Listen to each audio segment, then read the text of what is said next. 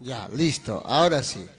Muy bien, a todos nuestros amigos televidentes, amigos y hermanos que están ya en sintonía de Radio Sonido de Gloria, y los que nos están viendo por nuestra página de Radio Sonido de Gloria, les damos la cordial bienvenida en esta hermosa tarde.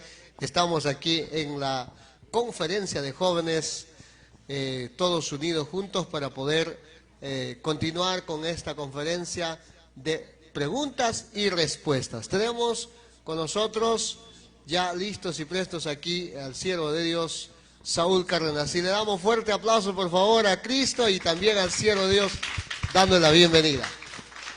Tus saludos. Gracias, pastor. Contento de estar en la segunda conferencia. Amén. Segunda conferencia para los jóvenes con el lema el poder de la influencia.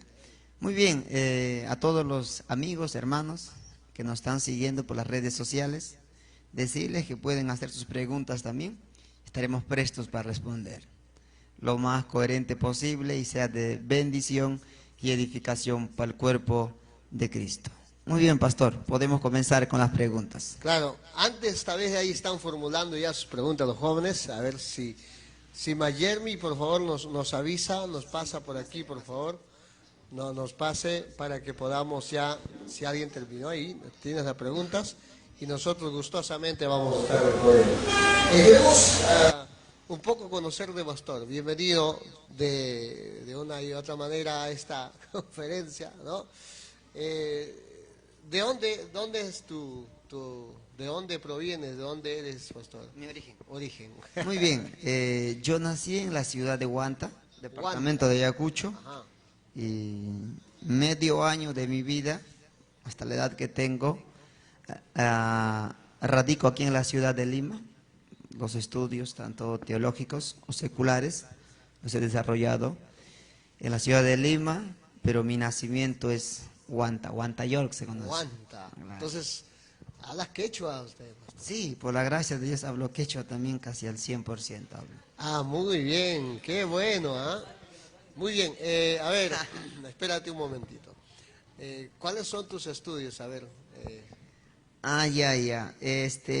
Estudié la parte de psicología educativa, también la parte de la psicología clínica y también los estudios teológicos bíblicos, por la gracia del Señor.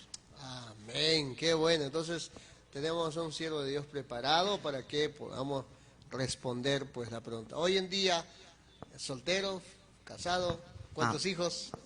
Gracias a Dios casado, pastor. Amén, amén, qué bueno. ¿Cuántos hijos? Un hijito. Un varón. Si me está viendo, un saludo para mi hijo Ahí Derek. está. Y a la esposita también. Para mi amada esposa. Ay. Muy bien, le damos fuerte aplausos a ver por eso. Chicos, muy bien. Están motivados el día de hoy. Haciendo la invitación también, escríbenos si tal vez usted tiene alguna pregunta, cuestión de la juventud, nosotros acá estamos aptos para responderlo. Muy bien. Queremos también en esta oportunidad entrar ya a lo que es las preguntas y respuestas. A ver, chicos, si alguien tiene ahí ya listo las preguntas, nosotros gustosamente estaremos respondiendo. ¿Cómo pastor, en estos últimos tiempos ves el mover de la juventud en nuestro querido Perú, ya que vas visitando muchos lugares, llevando conferencias? ¿Cómo ves el impacto que el Evangelio está tocando a la juventud de hoy? Por una parte, estoy feliz que la juventud en estos tiempos haga parte de su vida cotidiana al Señor. Pero por otro lado, triste porque su relación con el Señor básicamente es emocional. La juventud cristiana ama a Dios o trata de amar a Dios, pero en aspecto de emociones, sentimientos, pero pocas convicciones. Conferencias, congresos o cualquier otra actividad cristiana, los jóvenes están con toda la energía, la euforia, lloran, gritan, predican la palabra, alaban al Señor. pero es más emociones, pero pocas convicciones. Y eso es lo triste, porque el cristianismo no es tanto emociones, el cristianismo son convicciones. Va más allá de las emociones. Alegre porque hay muchos jóvenes que están en el camino del Señor, pero con pocas convicciones y muchas emociones en su vida. Claro que las emociones es parte del ser humano, pero no puede ser lo determinante en el ser humano. No podemos tomar decisiones basadas en emociones, sentimientos. La vida no es así. En la vida se toman decisiones basadas en convicciones. Sientas o no sientas, lo correcto es lo correcto. Lo correcto es lo correcto. Pero agradecido con el Señor también que el Evangelio esté llegando a nuestro Perú y muchos jóvenes estén abrazando el Evangelio. Pero también comprometidos con el Señor para decir a la juventud, jóvenes, dejando a un lado las emociones, comencemos a servir a Dios con los principios que es convicciones. Claro, que es lo más importante, creo, ¿verdad? ¿Has visto, has notado que en la juventud del día de hoy hay muchos, se han acomodado, están tan acomodados porque lo tienen todo y ya no quieren pagar el precio en el sentido de tal vez buscar a Dios en oración, en ayuno? ¿Cómo lo ves en esa área, pastor? Sí, los jóvenes del siglo XXI, tanto secularmente hablando y dentro del cristianismo, son muy facilistas. Facilista, claro. Tienen el síndrome de querer algo rápido, como microondas. Quiere que Dios lo unja, ya. Que Dios lo abra puertas, ya. Que Dios lo usa, ya. Cualquier cosa lo quieren rápido, pero según la palabra de Dios, Dios no actúa de esa manera. Dios trabaja en tiempos y en procesos. Dios no es como quizá un padre que se deja manipular por su hijo. Por ejemplo, un padre de familia, cuando su hijo se tira al suelo, llora o hace cosas, ya no importa, tómate un sol o te doy esto, te compro esto. No. Nosotros los seres humanos nos equivocamos en ese aspecto. Nuestro Padre Celestial no es manipulable como un padre terrenal. Lloras o gritas, saltas, muchas veces movido por emociones, Dios lo va a hacer. No es así. Dios, evaluando los tiempos, va a abrir puertas, te va a usar, te va a levantar, y además Dios quiere algo muy importante en los seres humanos, que aprendamos el valor de las cosas. Por ejemplo, cada vez que un padre le da, digamos, un pantalón a su hijo, antes de darlo debe decir, ¿sabes qué, hijo? Este pantalón no vino del cielo así por así. Detrás de este pantalón hay un precio, y ese precio yo lo he pagado. El valor de una semana, 2 o 3, 4 días de trabajo. Tiene que enseñar el valor de cualquier cosa. En este caso, Dios es así. Dios piensa de esa manera. Dios quiere enseñarnos que las cosas en esta tierra tienen un valor que nada se ha logrado colocar. Por ejemplo, a veces nosotros los jóvenes de hoy creemos que podemos jugar con el cristianismo. Un día estás con Dios, otro día no. ¿Por qué hacen eso los jóvenes? Porque no entienden el valor. ¿Cuál es el valor? Que Dios envió a su único hijo, que dio su vida. Cada uno de nosotros tenemos un precio, es la vida de Jesucristo. Por ende, no podemos llevar una vida mediocre en el cristianismo. Qué interesante, ¿verdad? Muy bien, vamos a iniciar. Entonces ya nos tienen ahí las preguntas, por favor, hermana, a ver si nos pasen. Muy bien, ahí está. Gracias. Muy bien, vamos a empezar entonces con las preguntas. También invitándoles a todos los que nos están viendo, los que nos están ahí siguiendo por las redes sociales, hagan sus preguntas. Aquí está el siervo de Dios para poder responderlos. ¿Ah? A ver, vamos con la primera pregunta.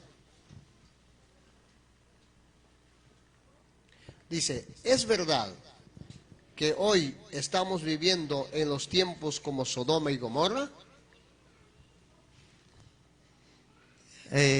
Tanto el Señor Jesús y los profetas anunciaron que en los posteriores días, estos tiempos, iban a tener las características de Sodoma y Gomorra. Y es verdad, Porque, por ejemplo, en el aspecto sexual, en Sodoma y Gomorra había homosexualismo, lesbianismo y otros pecados o tendencias sexuales, como se llama en psicología. Hoy por hoy es lo mismo. Si hablamos 50 años atrás, no era así. La gente era más rescatada. Pero en estos tiempos no. Ahora, por ejemplo, se define opción sexual. O sea, tú decides qué opción tener. Por ejemplo, ahora existe el neutro. Si un día se te ocurre ya no ser femenino ni masculino, sino neutro, bueno, no, aceptable. Entonces, en el siglo XXI tenemos las características de Sodoma y Gomorra, en el aspecto sexual, en todo el sentido de la palabra, en otras palabras, en lo moral, en todo. Y se da cumplimiento las palabras proféticas de los profetas y del Señor Jesucristo. Pero también esto es una señal de que estamos a las puertas del rapto de la iglesia o el arrebatamiento. Es una de las señales que nos dicen que pronto se va a tocar las trompetas y pronto tendremos el gran privilegio de ver cara a cara al Señor Jesucristo. ¿Y cuál debe ser nuestro accionar para nosotros? Como nuestro lema, en vez de ser influenciados por ellos, nosotros debemos influenciar, a caminar en los principios de la palabra de Dios. Muy bien, vamos a continuar. Otra pregunta aquí, muy interesante. Hablando de Sodoma y Gomorra. Dice, si Jesucristo es amor, o Dios es amor, ¿por qué creó el infierno? Ah, qué interesante pregunta. En primer lugar, hay que saber diferenciar el infierno con el lago de fuego. Son dos cosas totalmente diferentes. ¿Ya? A ver, partamos. La ubicación geográfica del infierno sabemos que se encuentra en el centro de la tierra. Lo que nosotros llamamos hoy por hoy el núcleo de la tierra, la Biblia lo llama el infierno. Lugar de tormento, a la vez es lugar de espera. Pero, ¿dónde está ubicado el lago de fuego? No sabemos. No sabemos.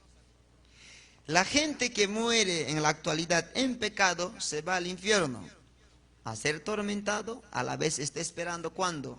El día de la segunda resurrección, que es después del milenio, el trono blanco. Hay dos tipos de resurrección, primera resurrección, segunda resurrección.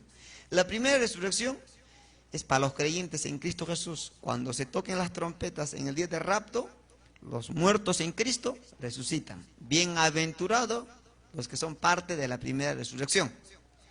Pero la segunda resurrección es después del milenio para el juicio, para condenación. Para los que han muerto en pecado, si mueres ahora en pecado, te vas al infierno, tormentado y lugar de espera. Pero vas a resucitar después del milenio en el trono blanco. Pero no para bendición, sino para condenación. Apocalipsis 20:15 dice, el que no se halló inscrito en el libro de la vida, fue lanzado al lago de fuego.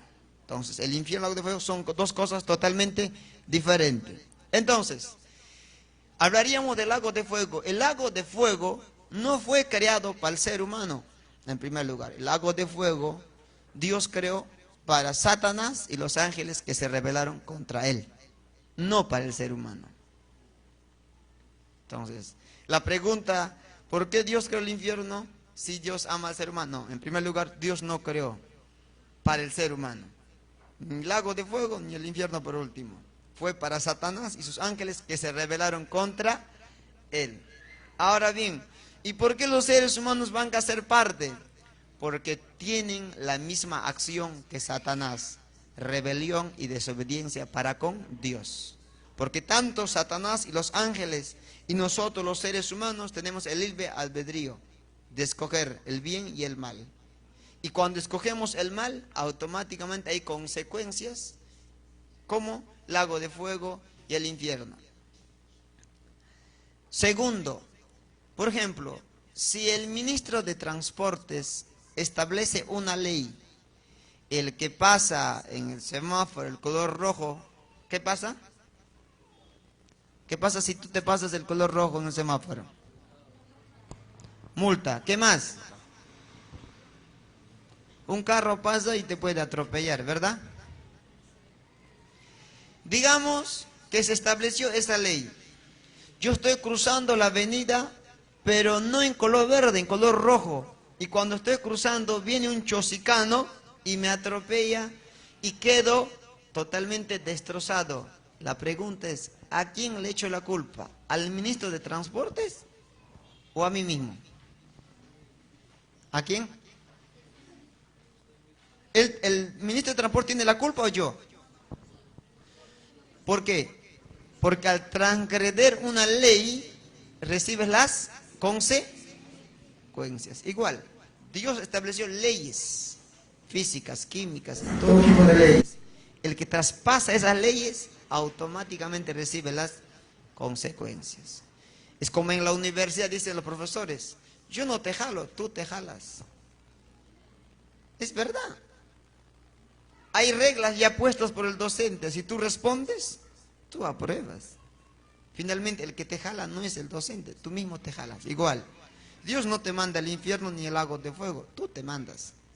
Porque finalmente Dios hizo la forma más fácil de salvar al ser humano. Cree en mi Hijo Jesucristo, renuncia al pecado y serás salvo. No tienes que pagar ni 10 céntimos. El problema es que el ser humano, a pesar que Dios le puso tan fácil, no quiere. Y si ya no quiere, no es Dios enviando, uno mismo enviándose. Muy bien. Vamos a otra pregunta, saliendo del infierno. Vamos a pasar a otro punto. Aquí hay una pregunta que nos hacen. Elías y Enoc volverá, dice, en la segunda venida de nuestro Señor. Quiere que le explique acerca de esto. Elías y Enoc, ¿volverá Así dice. con el Señor Jesús? Ajá. No. A ver, el rapto de la iglesia y la segunda venida de Cristo también son dos cosas totalmente diferentes. En el rapto de la iglesia, Jesús llega hasta las nubes y en las nubes se tocan las trompetas. Y los que han muerto en Cristo y los que viven conforme a la voluntad de Dios, se encuentran con Jesús cara a cara en las nubes y se van al cielo. ¿Está bien? Hasta ahí. Y en el cielo vamos a estar 7 años. 7 años. En las bodas del Cordero. Y dentro de las bodas del Cordero está el tribunal de Cristo. ¿Ahí Dios va a juzgar? No. Ahí Dios va a recompensar a cada uno según sea su obra. Después de los 7 años de fiesta y boda y recompensa, nosotros con Jesús bajamos a la tierra. Eso se llama segunda venida. Jesús cuando baja a la tierra a restablecer la tierra, restaurar la tierra para dar inicio al milenio. Entonces, si Elías o Enoc van a bajar, me imagino será en la segunda venida juntamente con nosotros los salvos del rapto. O quizá la pregunta era, ya en la gran tribulación, los dos testigos, ¿quiénes son? Ahí sería coherente la pregunta. Pero mi respuesta sería, hay muchas posturas teológicas. Una postura teológica dice Enoc, Elías. La otra postura dice, no es Enoc, Elías, es Elías y Moisés. La otra postura dice, no es ni Elías ni Moisés. No, sino son otras personas con características de ellos. Como por ejemplo, ¿no? Malaquías termina diciendo, vendrá Elías, con la unción de Elías en los posteros días. La gente creía que Elías iba a aparecer. No, ¿quién apareció? Juan Bautista. Tenía la unción de Elías, pero no era Elías. Entonces hay varias posturas. Pastor, ¿con cuál se queda? Bueno, yo me quedaría con Elías y Moisés, ¿no? Probablemente que pueden ser ellos. Pero nadie puede garantizar tal va a ser porque no se menciona nombre. Simplemente 2 testigos nada más. Dice. Con poder van a bajar en la gran tribulación. y van a hacer milagros, señales extraordinarias. Nadie te puede decir, aquí está en el tal texto los nombres específicos y así es, no. Hay posturas de que vienen dos testigos con poder, vienen, pero no sabemos exactamente cuál es. Ahora bien, en escatología, en estudio de los acontecimientos futuros, tú no puedes asegurar que tal persona va a ser, no. No puedes asegurar porque no hay nombres exactos. Por eso existen posturas teológicas que interpretan cada uno desde su perspectiva. Muy bien. Hay otra pregunta. Hay en iglesias donde hay músicas de todo tipo y a los jóvenes les gusta, pero parecen del mundo. ¿Acaso van por emociones o tal vez no se convirtieron de corazón? A ver, partamos de esto. El que creó la música no es Satanás, es Dios, ¿verdad? Partamos con eso. Y cuando Dios crea la música, lo primero que crea es el sonido. Y estructurar el sonido crea ritmos. Por ejemplo, en el fondo de la selva también tienen sus ritmos, ¿sí o no? Agarran objetos del que está en el monte y comienzan a hacer sonido. La unión o la estructuración de esos sonidos surge un ritmo, ¿sí o no? Así cada cultura a través de la historia ha creado un ritmo. Por ejemplo, los colochos, vallenatos, si no me equivoco, los peruanos, su huayna, ¿no? Brasileños, su samba. Entonces, cada cultura, cada país, en cada etapa de la historia, ha estructurado, ha sistematizado sonidos y ha creado ritmos. Entonces, cada cultura tiene su propio ritmo. Ahora bien, la pregunta es, pastor, entonces, ¿en qué ritmo nosotros alabamos al Señor? ¿O Dios tiene que tener un ritmo del cielo? Y el Nuevo Testamento nos enseña algo, que los ritmos que cada cultura ha creado, que lo empleen, pero con una letra cristocéntrica. Por ejemplo, en Colombia con vallenato alaban a Dios de todo su corazón. Claro. En polka, pastor, no. En folk rock se llama, ¿no, pastor? No, eso está en Perú. Más bien Perú ha influenciado a Bolivia, Ecuador, Argentina con folk rock. Es autóctono de Perú. Que puede influenciar, está bien. Finalmente no afecta. Con tal que sea para algo bueno, no hay un problema. Entonces Dios no dice, hay un ritmo exclusivo para los cristianos de todo el mundo. No. Sino en base a tu cultura, a tu ritmo, alaba a Dios con letras cristocéntricas que te llevan a amar, adorar, servir a Dios. Ahora bien, pero, siempre hay un pero.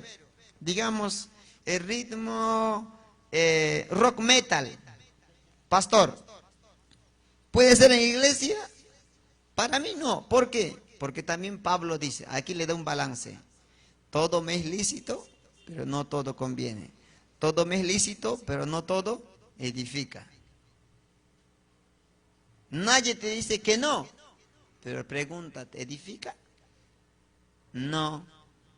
¿Te imaginas a los jóvenes con su polo negro, con su cruz, su calavera en la espalda, con cabellos de 2 metros, alabando? ¿Te imaginas? ¿Qué adoración podría haber ahí? ¿O qué alabanza? Entonces hay que saber darle balance también. ¿Qué ritmo puedes adaptarlo en la iglesia? Hay que saber darle el balance. Porque la Biblia lo que enseña es darle el balance, el equilibrio. No, pastor, es que en Lima somos modernos, pastor, no somos de provincia. Eso no cambia nada. No cambia nada. Entonces, la Biblia dice que Dios nos dio un encéfalo, nuestro cerebro. ¿Para qué? Para usarlo. Analiza, evalúa qué conviene a la iglesia, qué edifica a la iglesia y qué no. Y debemos tener un filtro qué pasa, qué no pasa. Y si tenemos buen filtro, creo yo, con los ritmos que se ha creado aquí en la tierra, podemos alabar, glorificar a Dios. Pero hay que tener un filtro. Porque si todo permite, también trae destrucción, ruina al cuerpo de Cristo. Por ejemplo, el folk rock ha sido de mucha bendición para Perú y otros países. Ha sido de mucha bendición. Que no, aunque hoy por hoy hubo algunas exageraciones. Ese es el problema. En ritmos también siempre hay extremos. Estaba bien, de ahí no sé a qué más se entraron. Y la Biblia dice algo: no imites al mundo. Yo personalmente, cuando doy temas para los ministerios de alabanza y adoración, es lo siguiente. Dios, por esencia, es creativo. Él es creativo por excelencia. No es monótono. Nosotros tenemos al Espíritu de Dios en nuestro corazón, ¿verdad? Por ende, si tenemos a Dios, podemos ser creativos hasta crear ritmos que edifiquen al cuerpo de Cristo con la revelación, la iluminación del Espíritu Santo. Aún ese ritmo puede influenciar hasta el mundo todavía. ¿Por qué estar copiando si lo que está dentro de ti es la sabiduría, la inteligencia, el conocimiento mismo, el Espíritu Santo, el creador de todo lo que existe? Amén. Fuerte los aplausos. Amén. Para eso. Está bueno. Muy bien. Una vez más invitamos también a todos los que nos están viendo a través de la página de Radio Sonido de Gloria para que nos puedan escribir también. Aquí estamos atentos a sus preguntas. Muy bien. Ahora nos dicen, hoy se levantaron muchas sectas como la diosa madre y va ganando lugar en muchas vidas. ¿Esto cómo motiva a que los jóvenes se levantan a predicar el verdadero evangelio único de Jesucristo? Muy bien. Partamos con esto, jóvenes. La palabra apología significa defender una creencia, un pensamiento, una idea. Con esa premisa vamos a decir lo siguiente. Debe haber también apologistas cristianos que defiendan a Jesús y las enseñanzas de Jesucristo. Entonces, dentro del cristianismo debe haber apologistas cristianos. Pastor, hubo en la Biblia, desde el Antiguo, en el Nuevo, y a través de la historia hubo apologistas cristianos. Aquellos hombres y mujeres que defendieron la palabra, la verdad de Dios. Aun cuando murieron los apóstoles de Jesucristo, el último apóstol, en el año 90 después de Cristo, los padres apostólicos también habían apologistas, defendían de los pensamientos del griego clásico, de toda la influencia, cultura de aquel entonces, hubo cristianos que defendieron a Jesús y sus enseñanzas. Y en estos tiempos tiene que haber también apologistas, y para eso estamos los jóvenes, adolescentes, para formarnos, para prepararnos y ser defensores acérrimos de Jesucristo y sus enseñanzas. Amén. Hay que prepararnos. Amén. Eso está bueno. Preparémonos, jóvenes, para este mundo. Muy bien. Siguiendo esa idea de la pregunta, ¿por qué hay varias religiones en el mundo? Esta pregunta me encanta. ¿Saben por qué, jóvenes? La presencia o la existencia de varias religiones es una evidencia de la existencia de Satanás. Porque el autor de las religiones, de las muchas religiones, es Satanás. Pero la pregunta es, ¿para qué creó Satanás la religión? Para confundir al ser humano. Porque si hubiera solamente el cristianismo, no estarían confundidos. Cristianismo, el mundo. Dos, blanco y negro nada más. Pero Satanás dijo, no. Yo voy a crear religiones, sectas, de tal manera que la gente diga, hay tantos que hablan de Dios, son por dinero, por otros fines. ¿Para qué? Mejor yo tengo mi propio Dios y se acabó. Satanás tuvo una estrategia letal para desviar al ser humano del verdadero Dios. ¿Cómo lo hizo? Creando religiones de una manera extraordinaria. Claro, qué interesante, ¿verdad? Muy bien. Otra pregunta, dice. ¿En la tierra habrá hombres santos, como describes la santidad? ¿Por qué decimos que no hay santos? ¿Por qué decimos que no hay santos en la tierra? A ver, voy a aclarar la pregunta. Ya, yo creo que lo que quiere decir es esto. La Biblia nos llama a los que hemos aceptado a Cristo en nuestro corazón santos. Pero, siempre hay un pero. Somos declarados santos, aunque no tenemos todavía acciones de santos. ¿Me deja entender? Dios, al aceptar a Cristo en nuestro corazón, nos declara santos, porque ahora Dios ya nos ve a través de Jesús y nos mira santo. Nos declaró santos, pero no tenemos todavía las acciones de santo. ¿Me deja entender? Al mirarnos Dios Padre a través de Jesucristo nos declara santo, pero no tenemos todavía acciones de santo. Pero desde el día que aceptas a Cristo Jesús en tu corazón, el Espíritu Santo viene a morar a tu corazón y su función más importante, su trabajo más importante del Espíritu Santo es llevarnos a la santificación en un proceso. Desde el día que dijiste Jesús, entra a mi corazón, el Espíritu Santo trabaja todos los días en tu vida para que cada día tú avances, tú crezcas en la santidad. ¿Para cuándo te prepara? Para dos tiempos. Para tu muerte, porque si tú llegas a la muerte mediocre, probablemente no estés arriba.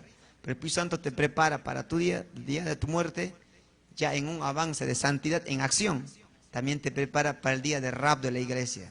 Él te va a llevar en proceso de santificación para que tú tengas acceso al cielo. Somos declarados santos, pero estamos en proceso de santificación en acción. Muy bien. Otra pregunta, dice, ¿cómo puedo ser un joven de influencia? Ajá, qué interesante. ¿Cómo puedo ser un joven de influencia? Como dije en la enseñanza de la mañana, para ser un joven de influencia, tú tienes que tener a alguien que te influencie correctamente, porque todo ser humano es resultado de una influencia. Entonces, las personas que te influencian a ti tienen que ser correctos. Cuando una persona correcta te influencia a ti, tú serás correcto, por ende influenciarás correctamente también. Eso es lo primero. No puedes pretender ser de influencia correcta si tienes malas amistades, malas juntas, los cuales te influencian negativamente. Entonces, una vez que tienes amistades que te influencian positivamente, estás habilitado para influenciar con bien a la otra persona. Y como les dije en la mañana, el mejor amigo que te influencia de la mejor manera es la persona del Espíritu Santo, Jesús, el mejor amigo, compañero. Si tienes una amistad estrecha, profunda con Jesucristo, con el Espíritu Santo, con Dios Padre, estoy seguro serás un influenciador que marcará la historia. Muy bien, dale fuerte aplausos al Señor.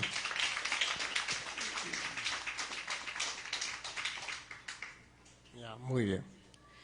A ver, otra pregunta. A ver, hablando de acerca de la religión, dice, ¿cómo se llama el verdadero evangelio? ¿Qué es la religión? Ah, ya. A ver, nosotros no somos religión. Nosotros somos cristianos. En Antioquía, en los primeros años cuando surge el cristianismo, en Antioquía específicamente, la gente que no era creyente en Jesús comenzó a llamarlos cristianos, los que creían en Jesús. Y como la palabra cristiano también significa pequeños cristos y los que se parecen a Cristo. Entonces, nosotros somos cristianos porque nos parecemos a Cristo, porque hemos aceptado a Cristo en nuestro corazón. No obstante, religión es totalmente diferente. La definición de religión es el intento del hombre de alcanzar a Dios o entablar relación con Dios a través de obras. O sea, el hombre tiene que hacer obras para entablar una relación con Dios. Pero el cristianismo es al revés. Jesús vino a buscar y salvar a los perdidos. O sea, en el cristianismo, el que viene a buscar salvar, la iniciativa lo hace Jesús. Pero en la religión, el hombre tiene que hacer penitencias y tantas obras para alcanzar a Dios. Entonces no somos religión, somos cristianismo, porque hemos entablado una relación con Dios, por ende somos hijos de Dios. Muy bien. También queremos responder a la pregunta que nos hacen los televidentes. Están muy preocupados acerca de lo que hacen un pago a los ministerios o a los pastores. Por ejemplo, nos preguntan aquí, dice, ¿por qué Luis Domínguez, ¿no? Sintetizando su pregunta, dice, ¿por qué piden ofrenda de amor y no pueden poner un precio, ¿no? Un precio estipulado? Porque cuando hablan de ofrenda de amor es un poco, dice, como una estafa. Otro dice, Luis Anderson, casi la misma pregunta. Dice, ¿por qué los ministerios de alabanza cobran por participar en las cosas de Dios? ¿Qué opina acerca, pastor? A ver, partamos con lo primero. El apóstol Pablo, textualmente, en una de sus cartas dice, si nosotros le servimos lo espiritual, ¿cómo no nos podemos servir de lo material de ustedes? Ahí va a citar un texto del Antiguo Testamento que dice de la siguiente manera, no pondrás bozal al buey que trilla. Por ejemplo, en el Antiguo Testamento, Dios de las 12 tribus de Israel, a un tribu que es la tribu de Leví, escogió para su servicio en el tabernáculo. Tanto sumo sacerdote y los levitas servían en el tabernáculo, eran de la tribu de Leví. Y dice de la siguiente manera, que la tribu de Leví no tuvo herencia, no tenía territorio. Se ocupaba todo en el servicio de Dios y el diezmo que venía, de eso se servían para alimento, para vestimenta y todo lo demás. Porque ellos no tenían herencia. Entonces el diezmo que traía el pueblo, que sí tenía herencia, tenía chacras, terrenos, producía animales, daba el diezmo para el sostenimiento de viudas, de huérfanos y también de los que servían en el tabernáculo. Entonces, haciendo alusión a eso, el apóstol Pablo dice, si nosotros le servimos lo espiritual, ¿cómo no nos podemos servir lo material? Porque no pongas bozal al buey que trilla. En otras palabras, lo correcto, como dijo Jesús también, el obrero es digno de su salario. Si alguien al 100% se dedica al ministerio, predicar, ganar almas, sea en la alabanza o en la predicación, al 100% de lleno, es normal de que la congregación, en gratitud por el trabajo que desempeñe, le pueda brindar las ofrendas. Y las ofrendas siempre han tenido una característica, tiene que ser voluntario. El apóstol Pablo nunca puso, como se dice, nunca puso un tope, tarifa, en otras palabras. Lo que sí el apóstol Pablo, por la revelación del Espíritu Santo, enseñó que toda ofrenda debe ser voluntario, lo que nazca en tu corazón. Pero a esto hace alusión el apóstol Pablo. Si tienes a Cristo en tu corazón, no va a ser mezquino. Porque el que tiene a Cristo en su corazón sabe amar, sabe ser agradecido. Sería incoherente que digas soy cristiano, no sepas amar y no seas agradecido. O sea, tú nomás quieres vestir, tú nomás quieres comer, pero la otra persona ya que viva por fe. O lo enviamos a su casa con 3 glorias. No es así. Entonces lo que enseña es, hay que ser agradecidos y hay que saber honrar. Pero ojo, quiero hablar este punto del apóstol Pablo. El apóstol Pablo se dedicaba casi al 100% al ministerio, pero él dice de la siguiente manera: yo prediqué la palabra, pero también trabajaba, hacía tiendas. Y dice, con las tiendas que hacía, ganaba para el mantenimiento mío, hasta tenía para ayudar. Dice así. Pero también trabajaba casi al 100% en el ministerio.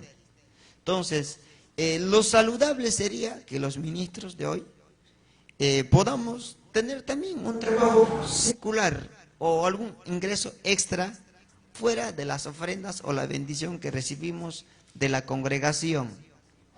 Sería saludable, pero eso no quiere decir que la iglesia, si el pastor ya tiene ingresos extras, no tiene que recibir nada. No, lo correcto, si te está sirviendo lo espiritual, también se puede servir lo material de ti. Dice Antiguo y Nuevo Testamento. Tope no, porque de tope no encontramos ni un texto. No hay tope en la Biblia. No hay el cuánto. Lo que sí hay es la ofrenda voluntaria que se le dé al ministro para el sostenimiento de su casa, porque el ministro tiene esposa, hijo, familia, tiene necesidades, tiene también deseos como cualquier otro ser humano de vestir, de ir a pasear, comer, etcétera, etcétera. Y lo justo y lo correcto delante de Dios sería la honra también a los ministros. Pero Tarifa no habla. Muy bien. Aluciendo a eso, también hay una pregunta que le hicieron en el colegio. Dice, el profesor, supongo que de religión, le dijo, la ofrenda no se da a los pastores ni a los levitas, y no se encuentra en la Biblia católica. Por eso debemos ser católicos, le dijeron. ¿Cómo? ¿La ofrenda no se da en la iglesia católica? Dice, a ver, vamos a leerlo. Dice, el profesor me dijo que la ofrenda no se da a los pastores ni a los levitas, y se encuentra en la Biblia evangélica y católica. Por eso debemos ser católicos. A ver. La iglesia católica pide ofrendas. Por cierto, esto quiero aclarar si algún católico nos está viendo. A ver, por ejemplo, en la iglesia cristiana evangélica, como lo es esta congregación, si alguien se va a casar, no le cobramos ni 10 céntimos. Le casamos gratis, de paso le damos su ofrenda todavía. Pero en la iglesia católica tiene un costo. Si alguien se bautiza en la iglesia cristiana, no le cobramos, antes le pagamos hasta el pasaje para que se bautice. En la iglesia católica tiene su costo el bautismo. En la iglesia católica, alguien se le murió, misa por un muerto, tiene su costo. En la iglesia cristiana, se te muere tu familia, te ayudamos con la vela todavía. Entonces, la iglesia católica dice, nada de ofrenda, mentira. En la iglesia católica, las 24 horas del día, 7 días de la semana, el alfolí está abierto para que deposites dinero. En la iglesia cristiana son los cultos nomás. ¿O has visto algún alfolí aquí puesto? Entras a una iglesia católica, ahí está el ofrendadero para que tú puedas dar. Ofrenden. Yo entré hace poco, ¿dónde? Huancayo, creo, una iglesia católica, un amigo. Mira, vamos a entrar y vamos a escuchar cómo hacen una misa católica para saber cómo hacen. Y nos entramos, estamos escuchando. Interesante, ¿no? Y todo lo que el curita hablaba. Y cuando entramos a la iglesia católica, había como 5 en cada fila ofrendadera. Y una letra decía, pon tu ofrenda, pon tu ofrenda, pon. Ellos dicen, nada de ofrenda, pero piden las 24 horas del día. Ahora, otra cosa, ellos dicen, no, nosotros en la iglesia católica no pedimos diezmo. Sí, no piden diezmo, pero en todos los cobros que hacen, salen ganando más que con el diezmo. Entonces, hay una contradicción. Ahora, la Biblia, en el Antiguo y Nuevo Testamento, habla claramente de que el pueblo debe ser dadivoso en sembrar para los asuntos de Dios. Eso no hay duda alguna, pero debe ser voluntario, tampoco no hay tarifa. No hay tarifa. Pero sí enseña, por ejemplo, el apóstol Pablo dice, el que siembra escasamente cosechará. El que siembra abundantemente, abundantemente. ¿Qué te está enseñando? Que el que da con una motivación correcta, abundante, más va a cosechar. Más va a cosechar. Por ejemplo, cuando Jesús estaba delante de la multitud y comenzaron a poner las ofrendas, Jesús no se asombró con las ofrendas de los pudientes que ponían, digamos, billetes en los términos actuales, pero sí se asombró con la ofrenda de la viuda. ¿Por qué? Porque Jesús lo que ve es con cuánto tú te quedas. La pregunta es, ¿con cuánto se quedó la viuda? Con nada. ¿Con cuánto se quedaron los que pusieron billete? Con mucho. Cualquiera de lo que te sobra, hasta en dólares puedes dar. Si yo tengo $100,000, doy $1,000. Parece bastante, pero ¿con cuánto está quedando? A ver, dile a ese pudiente que de los $100,000 si va a poder dar. No va a poder. Entonces, Jesús, que vio en la viuda dos cosas: motivación correcta para dar y cuánto dio. ¿Cuánto dio? O sea, a Dios le interesa qué te motiva para dar, y también le interesa cuánto das. ¿Cuánto das? Porque lo que la Biblia sí enseña, Antiguo y Nuevo Testamento, es ser dadivosos. Dar con amor, por gratitud. Muy bien. Vamos a continuar las últimas preguntas ya. Dice, en la Biblia católica hay libros como Macabeos, Judith, y ellos nos cuestionan que nosotros los cristianos lo hemos quitado. ¿A qué se debe ello? A ver, claro, hay varios libros extra en la Biblia católica, pero lo cierto es esto: cuando se hizo el canon bíblico, o sea, se hizo un filtro, qué libros iban a ser parte del canon, libros inspirados, libros apócrifos no inspirados. Ellos en aquel entonces concluyeron que esos libros que no están en las Biblias que utilizamos son apócrifos, no inspirados, pero los libros que están en nuestra Biblia son los libros inspirados. Pero, pastor, ¿y por qué decidieron eso?